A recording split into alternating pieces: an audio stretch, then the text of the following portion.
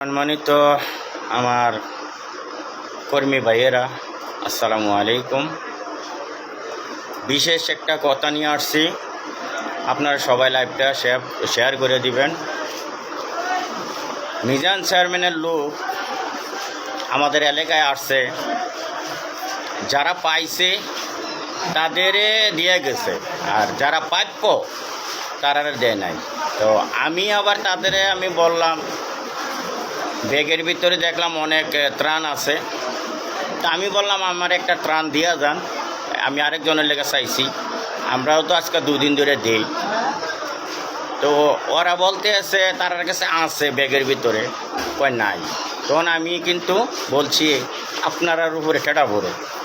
তখন ছাত্রদল মিজান চেয়ারম্যানের সংগঠন, তো তারা আমার দোকানে আসছে। আমি এখন দোকানে বসে রয়েছি, হানিফ বাসার আমি দোকানে বসে রয়েছি। তারা 15 জন থেকে 16 জন আমার দোকানের সামনে আসছে আমার ভাঙচুর করার জন্য, মিজান চেয়ারম্যানের সংগঠনের লোক। তো আমি আবার একটা যেটাও আমার হাতে ছিল, আমি এটা নিয়ে আমি দোকান বাঁচানোর জন্য আমি সামনে দিয়ে খাড়াইছি। তো আমার কথা হয়েছে, যারা প্রাপ্য, যারা পাবে তাদের আপনারা ত্রাণ দেন। আমিও তো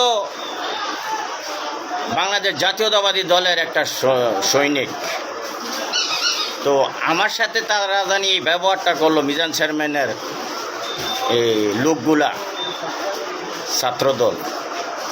আসলে এটা কি ঠিক হয়েছে?